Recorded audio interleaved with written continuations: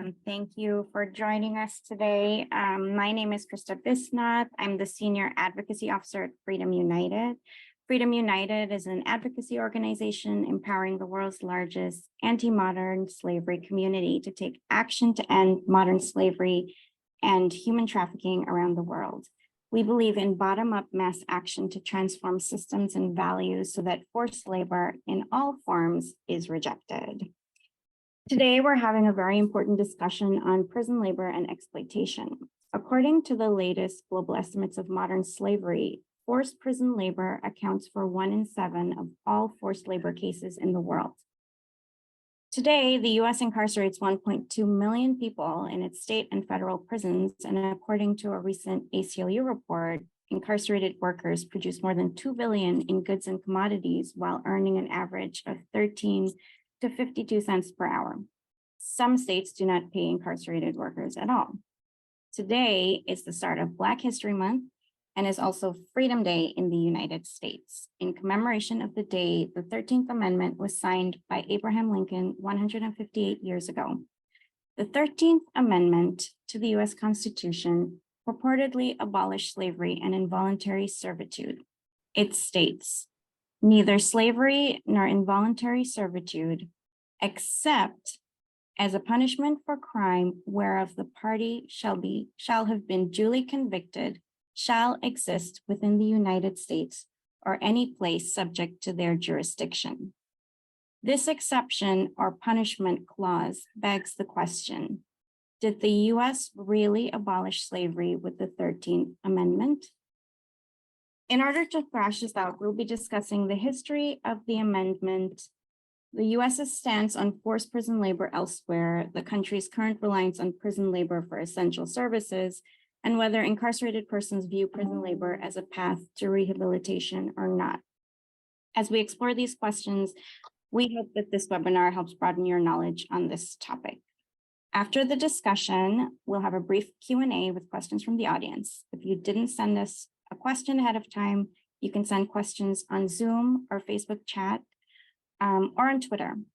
We are live streaming on Facebook and YouTube, and anyone posting on social media can use the hashtag forced prison labor, amend the 13th, or end the exception. And our handle is at Freedom United HQ. Please feel free to tag us. So now I'm going to introduce our brilliant panelists, and then we'll get started. Sean Kyler is the Operations Manager for the Vera Institute of Justice's Advocacy and Partnerships Department. He leads the team's work to end the exception clause contained in the 13th Amendment to the US Constitution. He holds a bachelor's degree in behavioral science from Mercy College and a master's degree in professional studies from New York Theological Seminary. He's a published author and writer and lives in New York City. Max Parthas is a spoken word artist, slavery abolitionist, and social justice activist. He's the national campaign coordinator for the Abolish Slavery National Network and co-host and executive producer for the podcast Abolition Today. Max directly assisted in removing slavery exception clauses from the state constitutions of Colorado, Utah, and Nebraska, and has also been key in organizing over 30 states under the network's objective of ending constitutional slavery. Dorsey Nunn is the Executive Director of Legal Services for Prisoners with Children, co-founder of the coalition Abolish Bondage Collectively, and founder of All of Us or None. He is the first formerly incarcerated director of a public interest law office in California. Dorsey has been instrumental in changing the national narrative around formerly incarcerated people and centering people with conviction histories as experts in the field of criminal justice reform. So we're going to move on to our questions. And the first question is for Sean. Sean, according to the ILO's Forced Labor Convention number 29, 1930, forced labor is work undertaken involuntarily under threat of a menace or penalty. This applies to all persons, including the incarcerated. Bearing this in mind, in prisons as elsewhere, there is labor and then there's forced labor. Why do so many advocates regard US prison labor as forced labor? Thank you for that question, Krista, and it's an important question. And to the audience out there, the short answer to that is because there is no protection for people who are incarcerated working in prisons.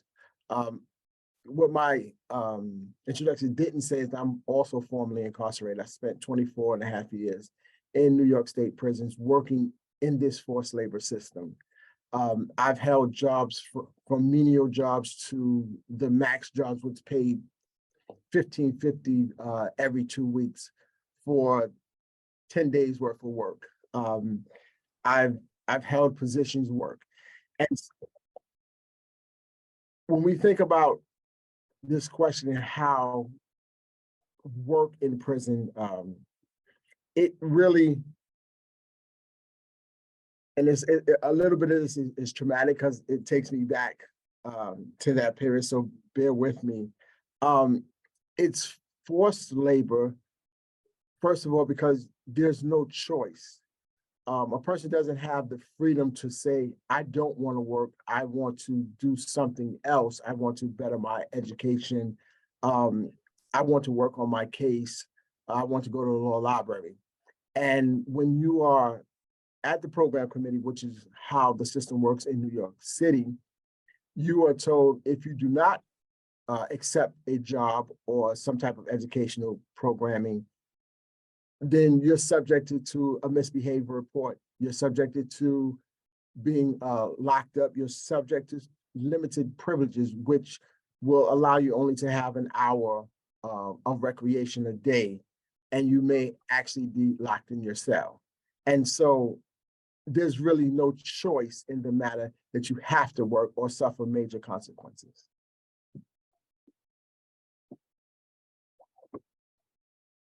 Thank you so much, Sean, for sharing. We really appreciate it, especially given that it's a traumatic experience for you to recall and share with others, but we deeply appreciate it.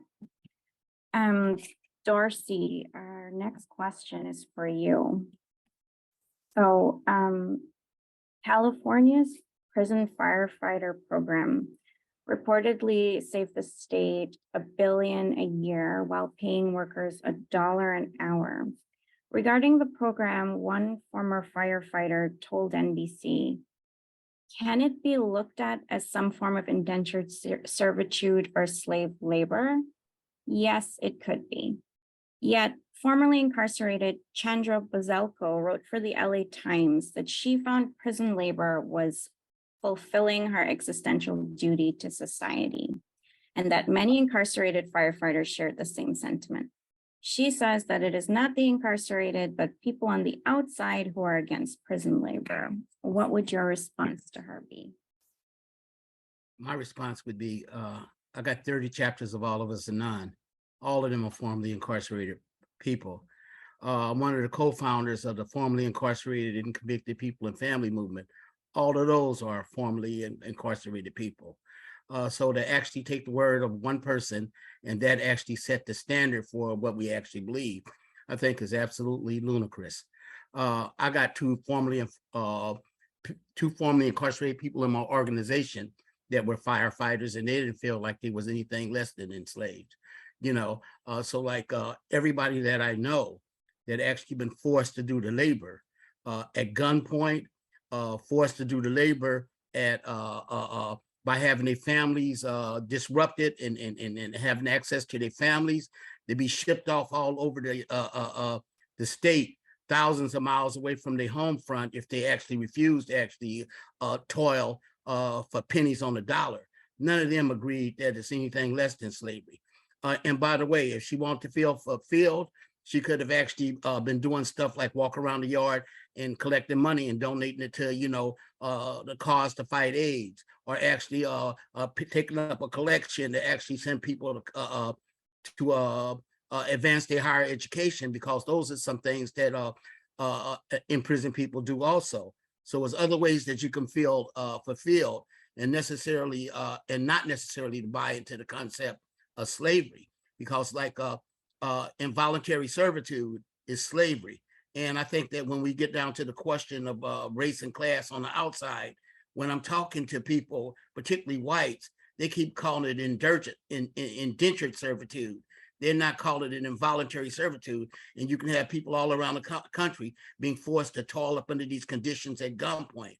And the most that I ever made as a prisoner in 11 years that I served time was $32 a month. So most people can see me as a criminal. Probably their guilt won't allow them to see me as a slave.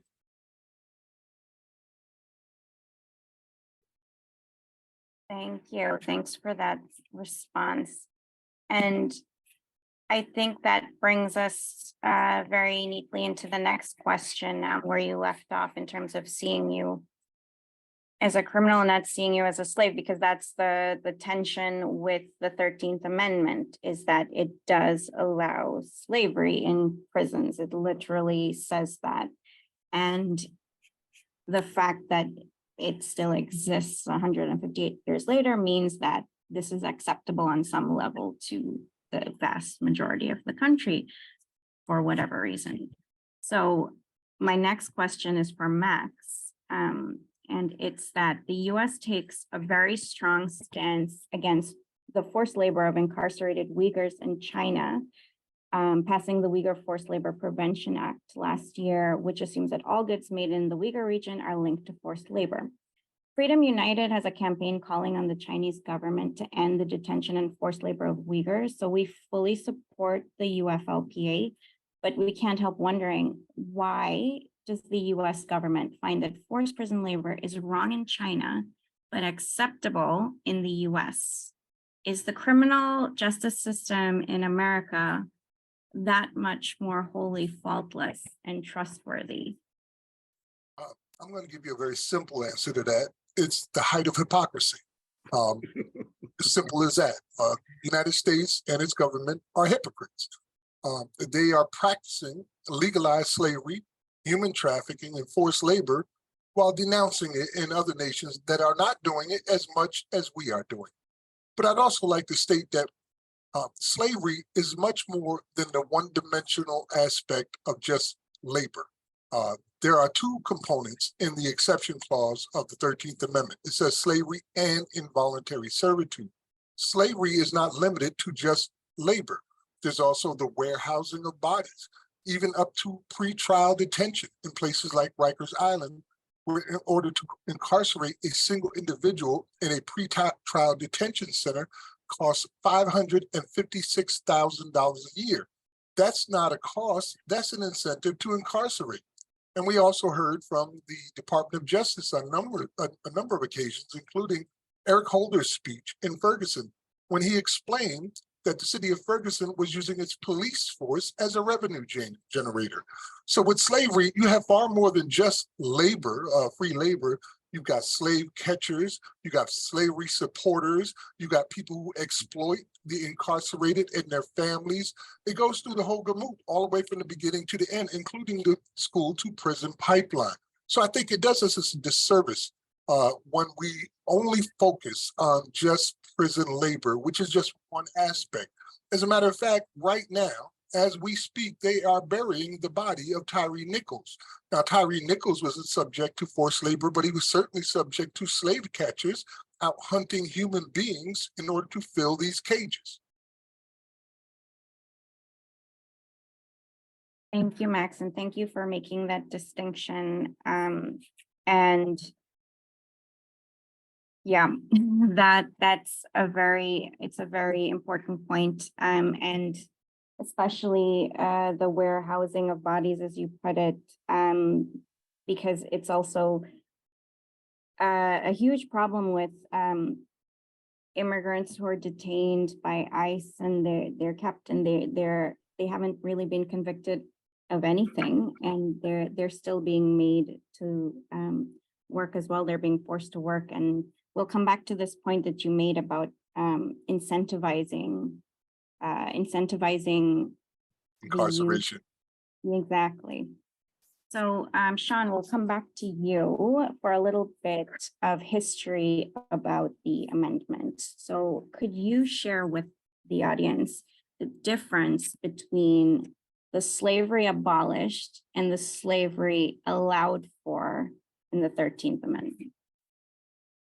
Yes, and so when we think about the 13th Amendment and how it's been taught to most people, myself included, during school, we think about what has been abolished is chattel slavery, the owning of a person's body. We think about seeing people, Black people, not just people, but Black people, in chains on these high rises being sold to white men to go off into these plantations. And when we think about the 13th Amendment and what it actually did, it masked slavery a little bit and took that out of the public's eye and put Black and brown bodies into the prison system behind walls, into these plantations. And we think about convict leasing as well, which was the end result of at least the first 5 to 10 years of slavery when the 13th Amendment was enacted. And so if we fast forward to today's time, what slavery looks like behind the wall, instead of Black and brown folks being put on platforms and being sold, they're actually going through the criminal legal system, being convicted, and sending off far into other places to do work to help other communities, and not necessarily the communities that they come from and where they're arrested from, especially in New York. There is no prison in New York City. However, a large majority of people that are incarcerated in New York State come from the city, and they're shipped up to these northern cities where they are leased out to the community to do cleanup under gunpoint. It's not like the South or California where you see the officer / overseer on the horseback with this AR-15 or some type of large weapon, but it's a little different in New York. And so it's still the same slavery. It's just by a different name. And by the way, I think that the block you said that they can't sell you on, they can go to the stock exchange and sell you. So it's like, you don't have to have the block, so we're being traded in private prisons. We're being bid on and did, and every one of us that been to the pen and did the dance of a slave, they done told you to lift them, cough them, and spread them. So we ain't had that break. And by the way, in your introduction, you said what Lincoln did. What Lincoln didn't do was tell the slaves in Texas that they were free. That didn't happen until 2 years later. So we wouldn't have no Juneteenth if they played straight up from that point. And they didn't play straight up from that point. So that's how come it took so many years. They had telegraph machines. They could have telegraphed people and told them. So they had to send in people to actually enforce that stuff in Texas, But anyway, I don't want to get on a rant and a rave. Absolutely. No, that's fine. And you're next up again anyway. So my question to you was about the state reliance on prison labor to provide essential services, and how heavily does the state rely, especially California? We talked about the firefighter program. How are essential services being provided by prison labor, and how sustainable is this as a governance model? Because you do hear the argument, for instance, in California last year, when you and others were taking that movement to try and get a ballot measure for the midterm election so that it could be removed from the state constitution. You're told that the state can't afford to do that. So could you speak to that, please? I've always, first of all, I'm an abolitionist, a prison abolitionist. I need to say that flat out. I've been home since 1981. I've had no other job other than fighting for the full restoration of civil and human rights in my life. That was, and my prior job was that of a slave. So like, that's, where I'm at. And, and I can get into questions and differences about having it as a moral argument or having it as a financial argument.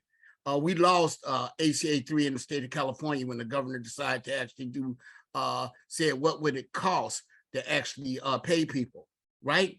And what it came to, the cost would be $1.5 billion when he had a surplus that could have easily covered that much, you know. And I think that we're so dependent on it, and it's so commonplace that we don't recognize it when we see it. We don't recognize it when we passing people picking up paper on the side of the freeway. We don't recognize it when people are out there. And it's not just a question if they're fighting fires, because we have had occasions when people died fighting fires for $1 an hour. And when they do that $1 an hour, that's the top of the scale for people in California in the event that they actually got paid for their services.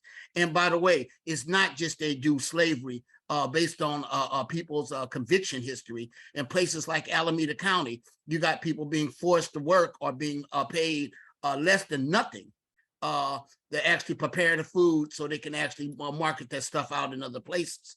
You know, so at a certain point, what happens when slavery is not necessarily contingent upon a conviction, but contingent upon just the incarceration by itself.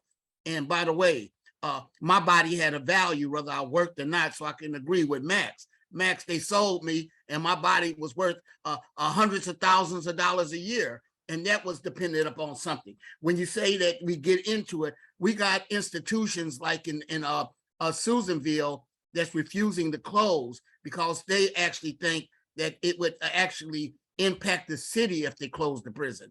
You know, so we're gonna maintain people in the custody. We're gonna maintain people up under slavery because it's profitable for the state of California. And by the way, I suggest that everybody read the book Slaves of the State by Dr. Dennis Childs, because he's writing about stuff like that. But we got cities that will fight for the continued incarceration of people because it served the interests of the city and people on the outside. It don't necessarily serve our families. It don't necessarily serve our communities. You know, so like if you really want to think about this question about why is it that they don't want to do it, is because they serve a selfish interest, and up in the capitalism, it served the greedy.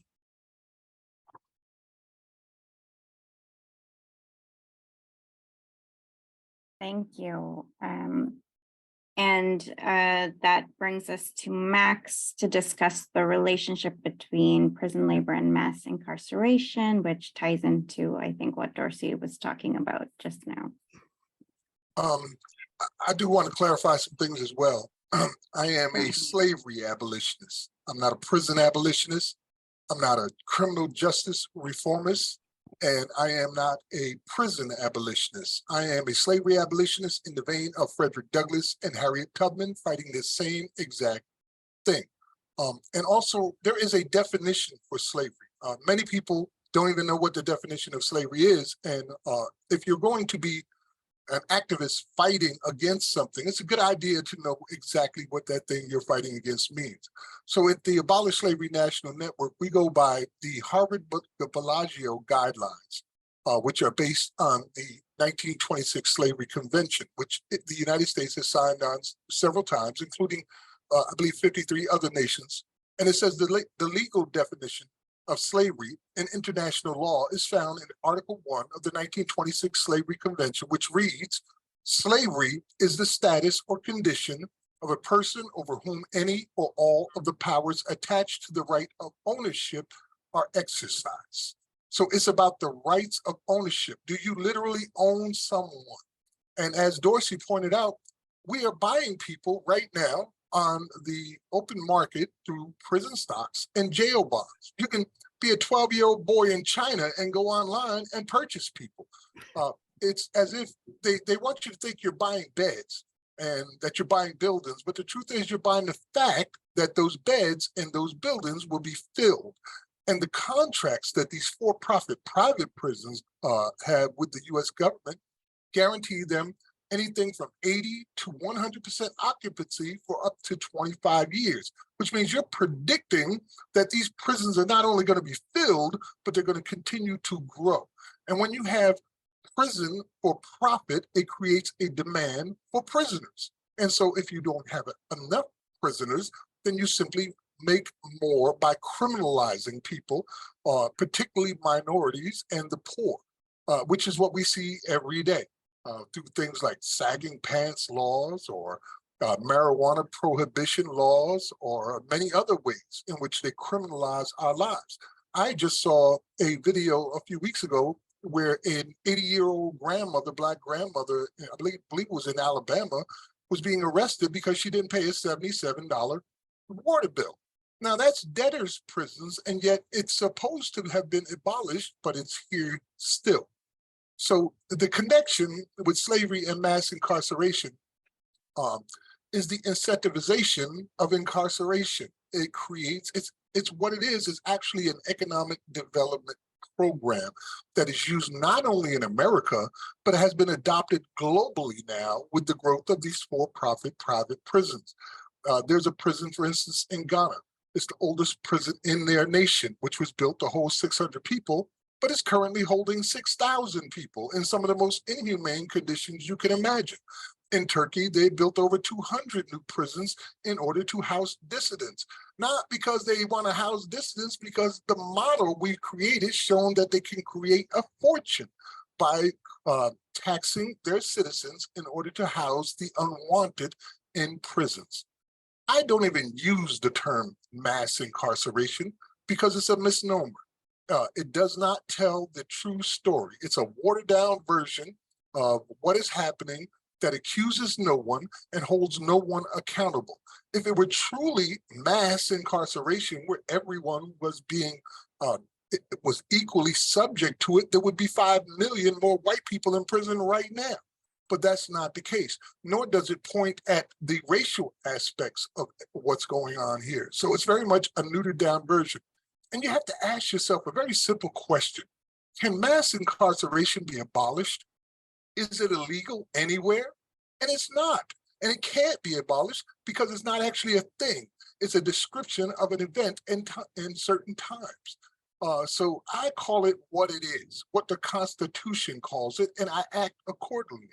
The Constitution literally says slavery, and that's how we treat it. Thank you, Max. And I will also stop using the term mass incarceration. Thank you very much. If I may, just a little bit more on that, the term really didn't even exist until 2009. According to the records that I've read, between 2007 and 2009, at the birth of Twitter, it was only used 4 times. It did not become popularized until the book by Michelle Alexander came out. And then suddenly everybody was calling it mass incarceration. But that, as I said, is something that neuters down the truth of what is actually happening here. Absolutely. And this is a question I would throw out to any of you. If you could, building on what Max is talking about, explain for the audience and for persons who will be watching this webinar later as it's being recorded, the makeup of the prison population in terms of ethnicity. Anybody? So I can start with New York. I would say that over 70% of the state prison population is Black. I would say about 15% of the prison population is brown, and the remaining population is white. Ethnic wise, I think the least group represented would be those of Asian descent. Thank you, Sean, because I think what's important about what Max has been talking about is that it's not just about making profit off of owning people. It's also which people, and how does this tie back to the history of this country and even the history of prisons themselves. You know, I'm sure any one of you can talk to how did prisons spring up in the first place in the US, because they didn't exist, you know, at the birth of the nation. Does anyone want to tackle that one? Sure. The first prison was created by the Quakers here in the United States. I believe it was in Pennsylvania. And it was an opportunity, they thought, for people to have repentance. So they would read their Bible, they would have solitary confinement where they could be alone. And it was mainly for white people. It wasn't about Black people. It was about renewing and rehabilitating white people. So that was the first prison that was built in the United States. But the boom didn't happen until post-emancipation. So after the emancipation, after the 13th Amendment, here in South Carolina, where I am at, they built their first state prison in 1866, exactly 1 year after the 13th Amendment had been ratified. And we saw that happening all across the country. And within 4 short years, between 1865 and 1869, the prison populations in most of these southern states went from 90% white to 90% Black. It was a complete shift over. And they used what we spoke of earlier, the convict leasing laws, in order to criminalize and then incarcerate and then force those people to work. And the life expectancy during convict leasing was estimated about 10 years. So you was expected to live just 10 years. So if you looked at a white woman wrong, which was a crime, you could go into prison, be subject to these working in these mines or on these railroads, and expect to die in 10 years. It was effectively a death sentence for many. So yeah, the prison system boomed after the emancipation because they started using this new program, which wasn't really new. I've done the research on this 13th Amendment. It didn't exist in a vacuum. It didn't just appear out of nowhere. Lincoln wasn't sitting there one day and go, you know, I have an idea of what we might do. There was actually 8 iterations of it that were used as a practice prior to it getting to the 1865 Federal Amendment. It started in Vermont in 1777, where they created 3 exception clauses in their state constitution. And then after that, it went to the Northwest Ordinance in 1787. It went on to the Ohio Constitution in 1806. It went to the Oregon Constitution in 1843, and it went to the Alabama State Constitution in 1861. So this was not something they just figured out. They practiced it to see how it would work. And when they figured out this was the perfect way to re-enslave Black people, they put it in the Constitution. I probably need to state that probably that Walnut Street jail that was the first jail, it might have been their intentions to incarcerate whites, but what they eventually did was disproportionately incarcerate people of color, and that was the first prison inside the United States. And without the profit-driven part of this equation, I think that, you know, in the event that they couldn't turn a profit on it, they wouldn't be doing it. You know, I think that it's more than just a question that they hate just all Black people. I think they actually making money off of hating all Black people.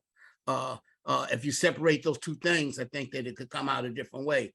And I probably won't stop using the term mass incarceration, because I actually think that it generated a discussion that was much more broader and much more comprehensive than probably anything else that had fell out in the written form in a long time. So I think that it drove the question to be had in churches, drove the question to be had, you know, in different places, almost like the question around critical resistance driving the intellectual body of people back to the question of abolishing prisons, which I actually think is almost like the gateway to hell, and have them holding people just openly enslaving people in the public, and doing it in such a way with a narrative that actually invisibilize the practice, the fundamental practice of enslaving people.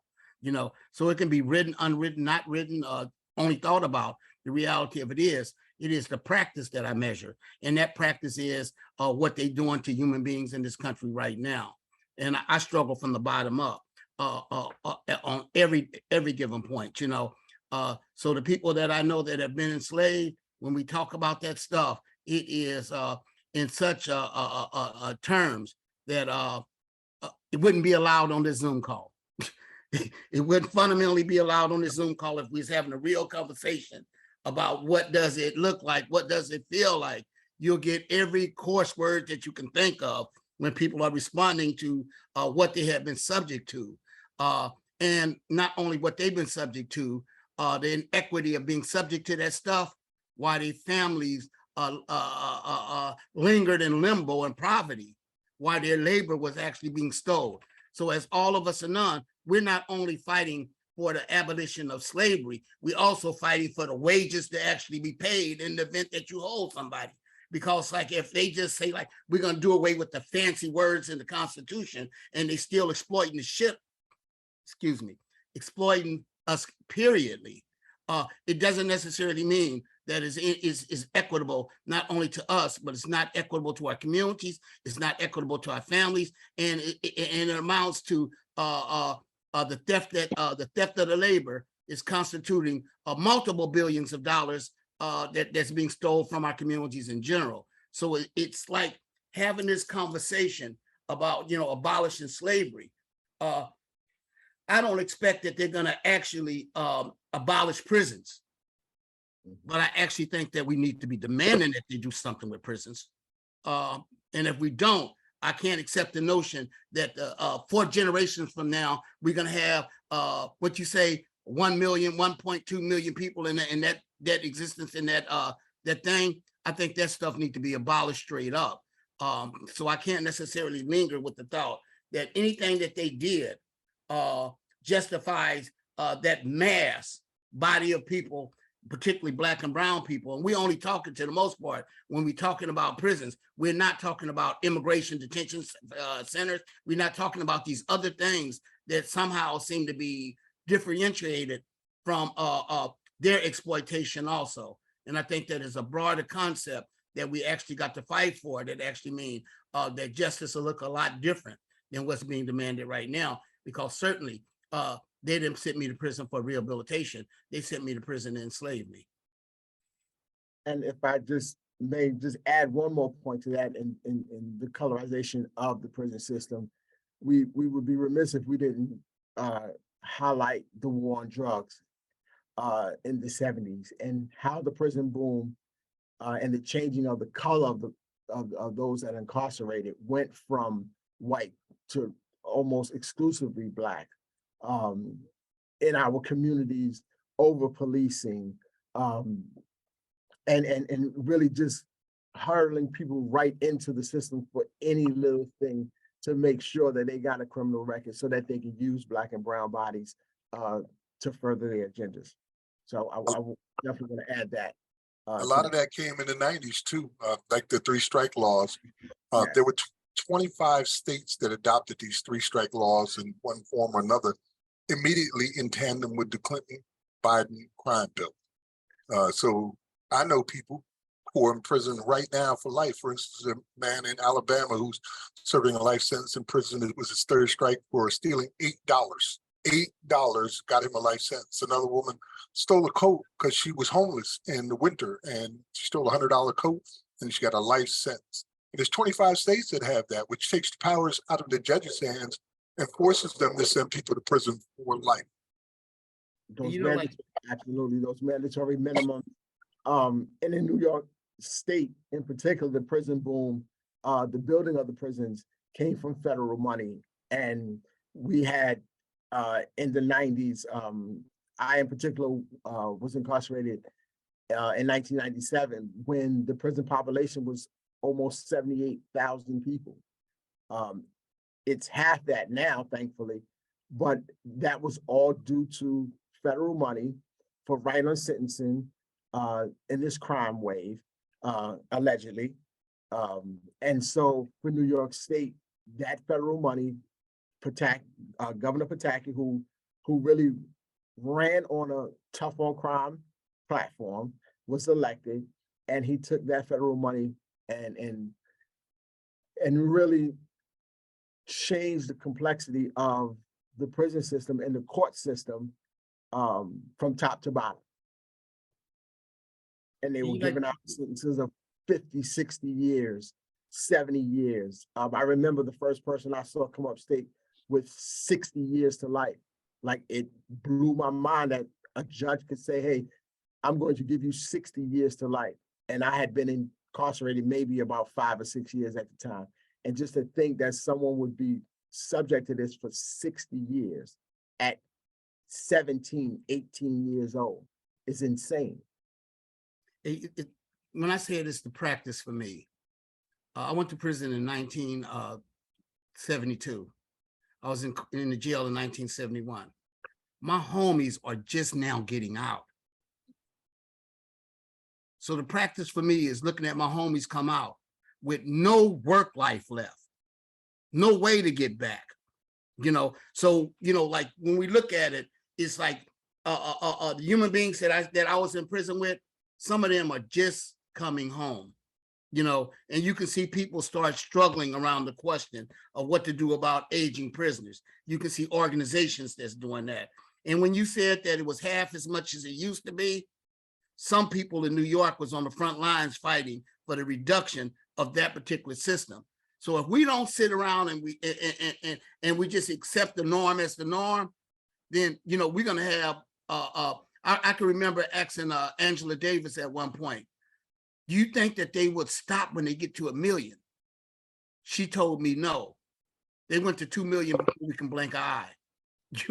So like I don't think that they stop on their own. I think they stop because we stop them, and that's what I mean by organizing from the bottom up. So in All of Us are None, when I say that we got 30 chapters, we organizing from the bottom up because there's other people struggling in isolation that actually want to fight back. So how do we go about fighting back?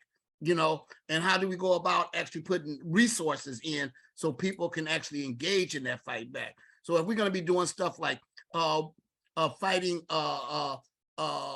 involuntary servitude, is more than the question of the bodies. It's a question of how do we actually acquire resources to engage in the fight, and who's all able to speak in a voice that actually says that I actually was punished as a slave, because at a certain point, what happens when my homies are getting out and they're in their 70s at this point, and they didn't serve probably from 19 to 70, and everybody they damn near know that was fond of, they served more time, and their closest homies are still in prison, because their mothers done died, their lovers done died, and everybody done died. So at a certain point, what are we doing about the theft of that time? Because that theft of that time is also significant, so it's not just the labor. If you take it all and you're letting people out at 70 years old, what are they gonna do with the rest of their time, however short it is? And if you're letting them out in California, I think that we're a generous state compared to other states. They give them $200 for the new start. I don't know what you can buy with $200 in a new start. So I know that in Alabama and other places, you could still be getting that $10 and that few dollars after they done stole massive amount of time. And if you think about it this way, we sitting on this Zoom calls, we got homies in prison that ain't never did Zoom. That wasn't there when we had the cell phone, and they haven't been trained on the computer. All of that stuff is just stuff. They haven't had access to the technology and actually to keep up with a lot of stuff they get. And I think that some of them are brilliant and smart people. They just haven't had access to this stuff. And I think things that we take for granted, we possibly shouldn't, because we still releasing people in that 70. And my homies, and by the way, we changed the 3-strike law in California. And that came through a struggle. It didn't come through that they decided that was just a good idea to stop. Somebody was making a demand on the system. And I think that's what Frederick Douglass then was talking about. Power concedes nothing without a demand. What are we demanding about slavery? That's the demand that we here to assemble around. What are we going to do to stop them from enslaving us? And how are we going to make it visible? Because on Juneteenth in California, they didn't even know that we was fighting for ACA 3. So what do we do to actually have political education so that next time there's a Juneteenth, they'll know that the fight is about current day slavery, and they'll be able to identify who those slaves are. I think one of the ways that we can do that is stop asking this as a question, does the 13th Amendment allow slavery, and start stating it as a fact. Because by now we should know that it's no longer a question, it is indeed a fact. It's right there in the Constitution. And in the intro, right there in the practice. It's right there in the practice in the Constitution. So it's no longer a question. It's about what do we do about it? And what we've been doing about it with the Abolish Slavery National Network is opening the initial door to change, which is to remove this exception clause or add anti-slavery language to state constitutions. Just last year, we had the Freedom Five, which was Vermont, Louisiana, Oregon, Alabama, and I'm missing one. But we had the Freedom Five, and 4 of those states managed to remove these exception clauses for the first time in their state's history, like Alabama. So that's the beginning to open the door to systemic changes that has never been opened before. And what's the follow-up on that? Well, I've been meeting with lawyers all week long, national lawyer organizations, in order to start challenging the badges and incidents of slavery. Now that it's no longer legal, we need to hold them responsible and accountable for performing these acts of slavery and inhuman treatment. So, for instance, in Alabama, Kay Ivey, the governor there, just issued a executive order which basically says that organizing a work strike or refusing to work is a severe crime or high crime, which is nearly as punishable as much as murder, as if you murdered somebody in Alabama prisons. Well, that's now unconstitutional. She can't do that. And so we need lawyers who are going to challenge this in court. And we're doing that in Colorado, we're doing that in Alabama, we're doing that in Vermont, and we're going to keep doing that as we remove these exception clauses from state to state.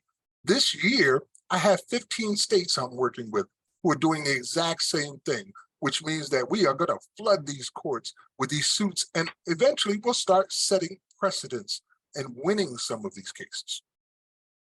And Krista, if I could just pick up on Max's last point. In addition to that, it was Tennessee. Max, Tennessee, that's what I missed. Thank you very much, Tennessee.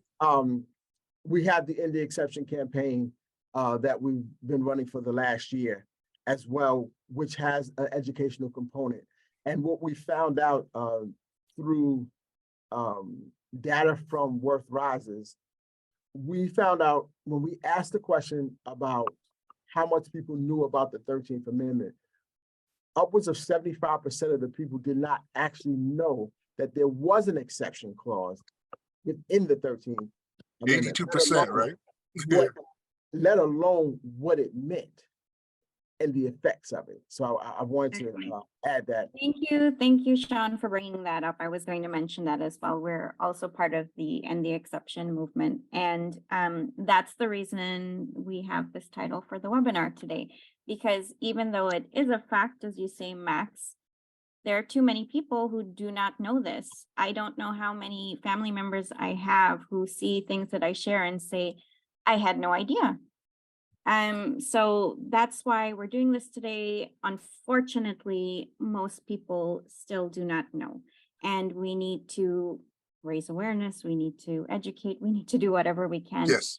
We hope that by asking the question, it raises some interest from people who, were not taught certain things in history classes as kids. I understand it. I watched a clip today from Saturday Night Live where they were mocking the meeting between Kanye West and President Trump when he went in there and explained being the first person since Frederick Douglass to sit down with a sitting president in the White House and say that the 13th Amendment allows for slavery. And they were mocking him, only showing not that he's stupid, but that they were totally ignorant, had no clue that the 13th Amendment had an exception clause. And during that period that they were mocking Kanye West about his statements, I saw many news outlets come on and literally show the exception clause in its entirety, read it, and then act like they didn't just read, except for prisoners duly convicted. It didn't even register into their minds. So yes, the question, I guess we need to ask it, but at the same time, as the people who do understand this, we need to present it as a fact. Like, this is what it is, period. You may not know, and you may not know, but you're going to find out today. You're going to learn today. And I thought about Juneteenth because we lost ACA 3 in California in Juneteenth. We were at 14 different Juneteenth celebrations. Besides the one where I had the mic, nobody else got the mic to even talk about that we was on the verge and we were still fighting to end slavery in California. So like, maybe when I could keep saying the practice, maybe if there is Juneteenth celebrations, should this not be at the center of the conversation at a Juneteenth? If it's a moral question, should this not be at the center of conversations in churches, synagogues, and in the mosques? Should it not be there? Because we keep saying it's a moral issue, and I keep saying, "Hey, man, it's about the bucks." They've been running us. Slavery was always about money. So like, even if there was a moral issue, I don't necessarily see where we actually confronting it as a moral issue in a real way. So what is our practice when we're doing this stuff in a real fundamental way? And by the way, I think on Juneteenth last year, that happened on a Sunday. How many people were speaking to slavery that day? So like at a certain point, what does the organizing look like when we're doing this stuff? What does it look like when, I think on Martin Luther King birthday, I think they was in California, they doing train rides and everything else. Who took the mic and says, what about the people they still holding in slavery right now? So at these holidays that's supposed to be a whole full Black month, what are we doing in the middle of this Black month to actually emphasize this? And I think whoever organized this event, but it shouldn't be the only event that came up around this issue in the middle of Black History Month. And when the history is that they enslaved us and they continue to enslave us, So like that brings up an important question from the audience, Dorsey. So I think we'll just move into this section now. They would like to know what you are all doing or your organizations are doing to fight and struggle against this that can be replicated or shared outside of the US as part of the struggle to abolish slavery in prisons and elsewhere. So this is a question for you all. Somebody wants to help. They want to know what can be done, but not just from within the US, but also externally.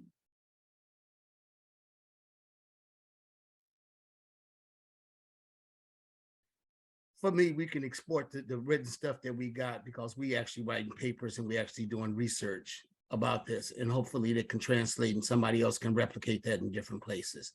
On my staff, I have 4 attorneys, and I know that they're, when we getting ready to get into the policy work, they're reviewing it and actually offering legal opinions about what are we trying to implement it in terms of policy. So people could have access to what we have because we putting out documents about this stuff in a real productive way. I can't necessarily say that it will fit what's happening in different countries. Because I've only been to, I've only visited prisons in probably 3 or 4 different countries. I know I went to Mount Eden prison in New Zealand, and the color arrangement was like the United States, was mainly people of color. I went to Paulsmoor prison in South Africa, where I seen 1 white dude in the whole prison. I went to, I think, Mariana prison in El Salvador, and it was mainly filled of a lot of brown people. And the sad thing was that a lot of those brown people were raised in the United States because we started deporting immigrants from the Los Angeles and San Francisco area back into El Salvador. So like, so every place that I'm going, I know that I'm speaking to the issue of slavery, and as loudly as I possibly can speak to. And when I go to any state and I'm traveling outside the United States, probably, hell, my wife used to hate traveling with me because we would wind up at some prison. Because I feel like obligated to actually go see how other people's is being treated. And probably on my bucket list, if I go out and find some resources on my bucket list, I'm planning on taking my whole staff probably to someplace like Switzerland, where they actually care for people, see how they're treating those people, so we can have some way of thinking outside the box about what do we do about prisons in the United States that's not reprehensible, because I think that when they value human beings and they see them as their citizens and their families, then they actually treat them differently.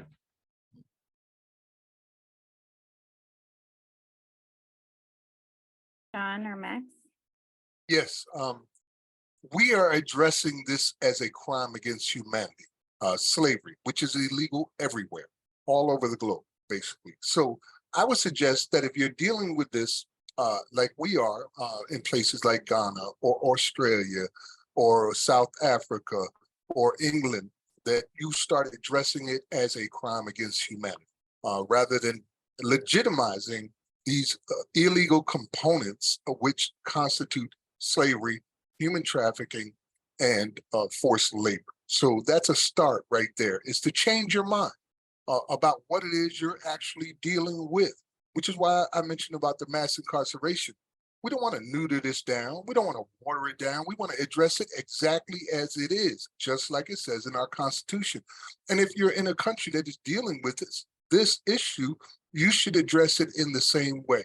That way you can get international support, like we're seeking to do while we're working with the United Nations, as well as other international groups, in order to do exactly that, to show that this is literally a crime against humanity in effect, including genocide. I mean, in the past 10 years, from what I understand, in Germany, they have killed less than 100 people. Their police have killed less than 100 people. But here in the United States, we kill on average about 1,200 people a year, just the police, not the prisons or the prison guards, just the police, which means in a single decade, we've killed 12,000 plus people, the police have, in this country. That is a genocide. And if you add in the prison deaths, which come from negligence or direct involvement by prison guards and the medical teams and on, that number could triple up to as much as 36,000 people dead in one single decade. You could fill Yankee Stadium with dead bodies with what we have done here in the United States. So we really have to look at these things as they are and not as we want them to be.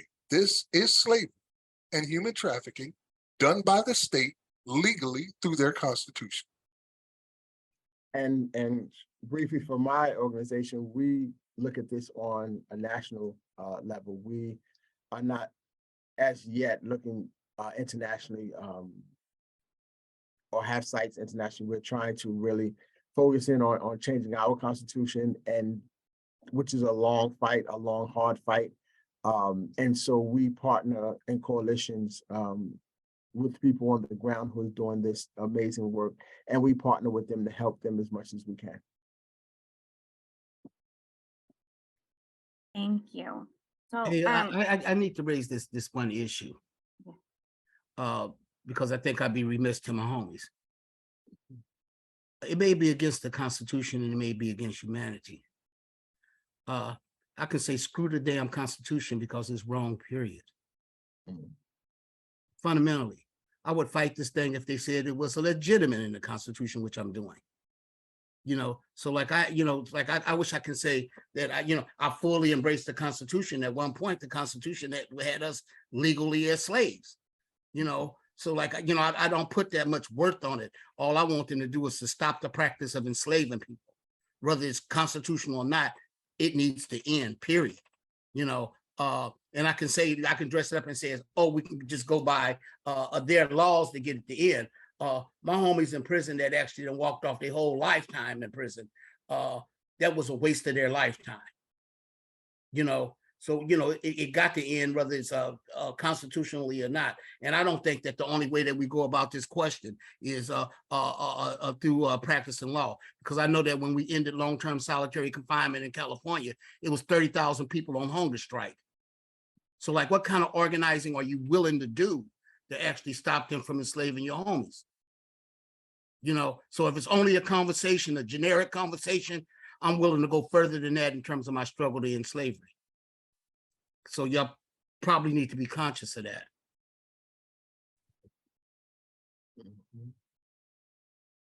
thank you. And yes, I think that was also raised by Max in terms of, even if it gets changed in the Constitution, even if it's changed in state constitutions, there's still an uphill battle in terms of getting it recognized. And it's just, I think, the beginning. I think maybe Max would say.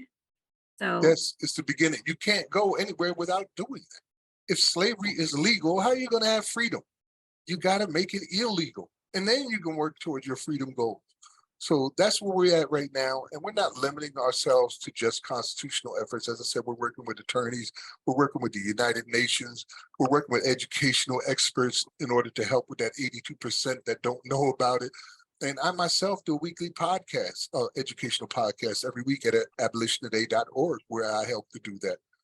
So yeah, it is many faceted. There are a multitude of ways where we have to address it, but you can't do any of it until you make slavery illegal. Otherwise, we're just banging our heads against a door right now, or a brick wall. How are you going to have freedom and slavery in the same country? One is going to be a lie. So the Constitution itself, whether you agree with it or not, is the Constitution. We call ourselves a land of laws. And all of our police were arresting people left and right are doing that because these are laws based on the Constitution. So we have to start with that. We've never done it before. So let's give it a try, at least, and see what happens. And up to this point, we've been very, let me just finish this it's based statement. on some other stuff like racism, homophobia, sexism, and capitalism. So it could be, is written in the law that way, but the people they're gunning down in the streets is not just based on the Constitution. They're gunning down those people on the street based on supremacy, based on a number of other practices that they're engaged in that don't have anything to do with the Constitution.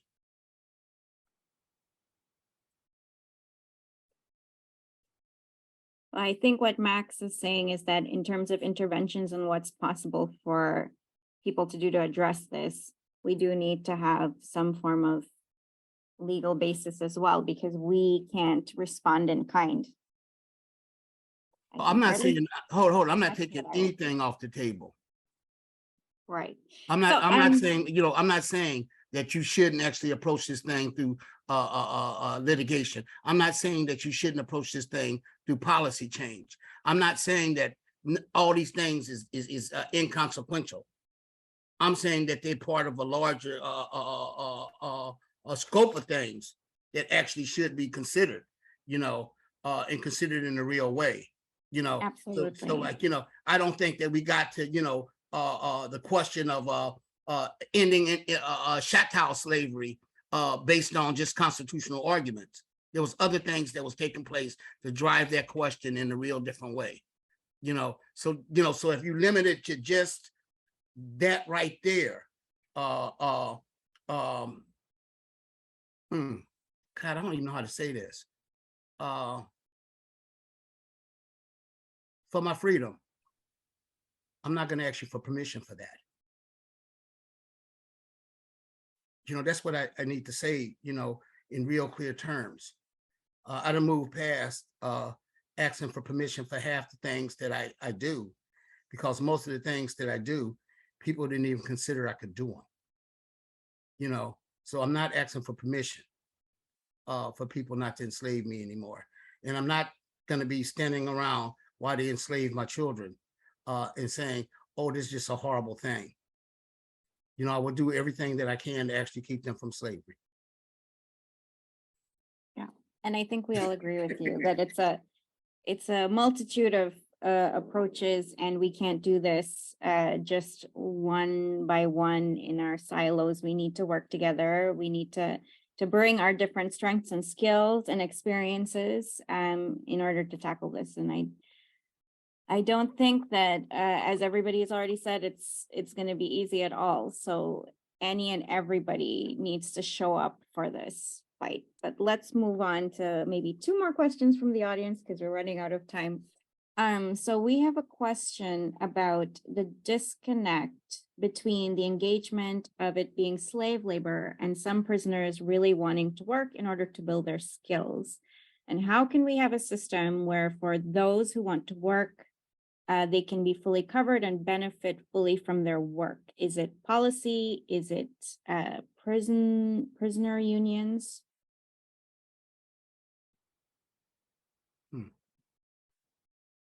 I think I would start off, and Max, you probably want to pick this up and go a little bit further. What we're saying as a coalition is not that there shouldn't be work, but work should be voluntary. And that signals a choice, in some sense, freedom. There are individuals who wanted to work. I wanted to work, to be honest. The Attica riots was partially about working and having better conditions, because the men that were in Attica were in their cells doing nothing, and they wanted to better themselves to come back into the community. And the uprising was about having programming, along with other things. One portion of it was programming so people can better themselves. And so when we look at this issue, I think unions will always be a good thing to help workers protect themselves, because there's no protection in New York State or in any prison when we're talking about working.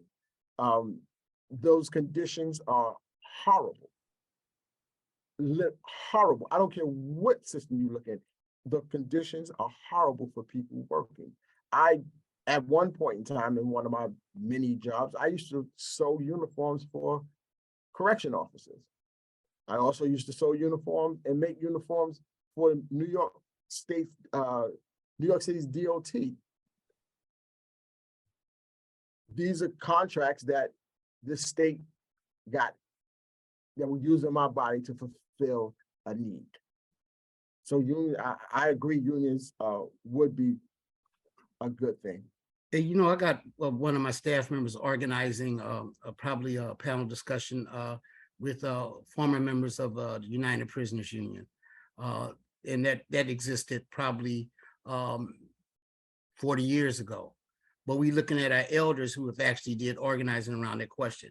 You know, and I think people should be worked, should have work, but I think they should be paid.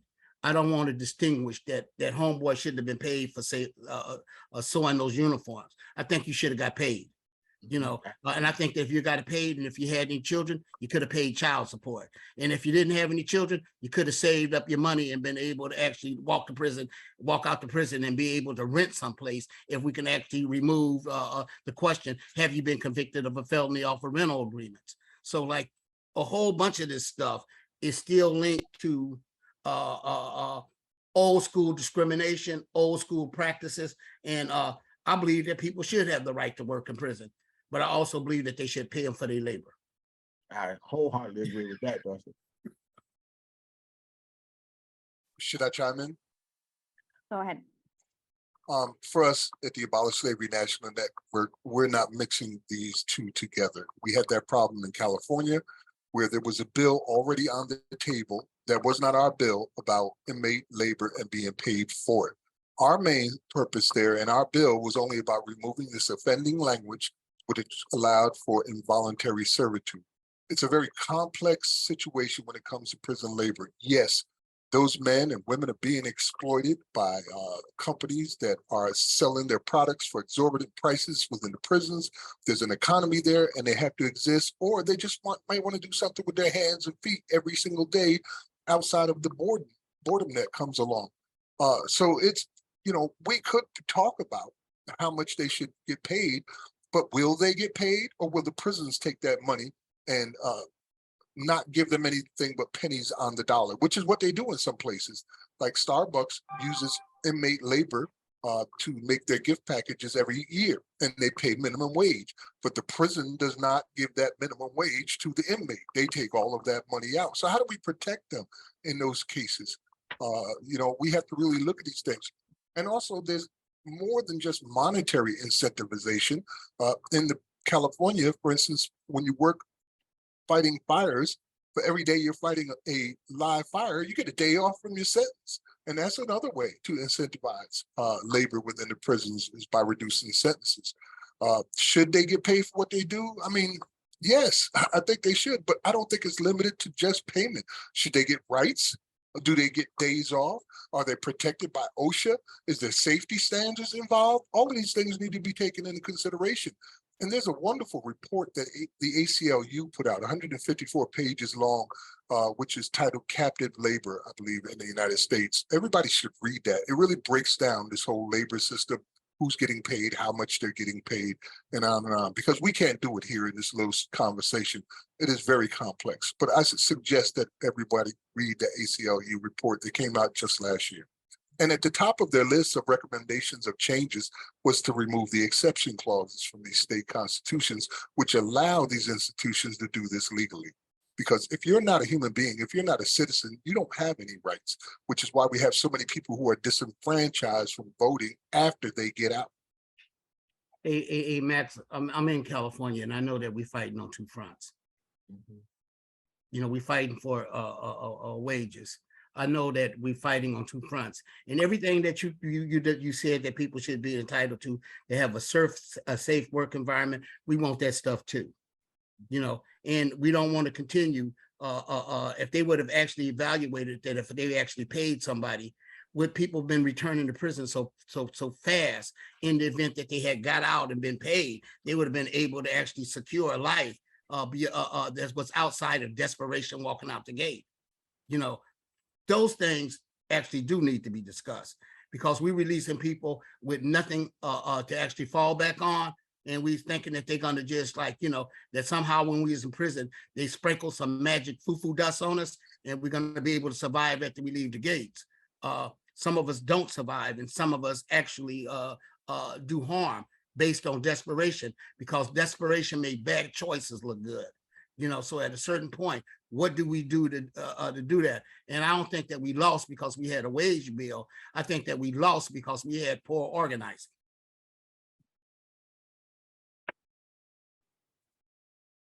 So another question we have is whether. By the way, I gotta go. I got a meeting that sure. started at 12 o'clock, and I'm 15 minutes late for that. So I hope y'all continue to have Thank this you great so much. conversation.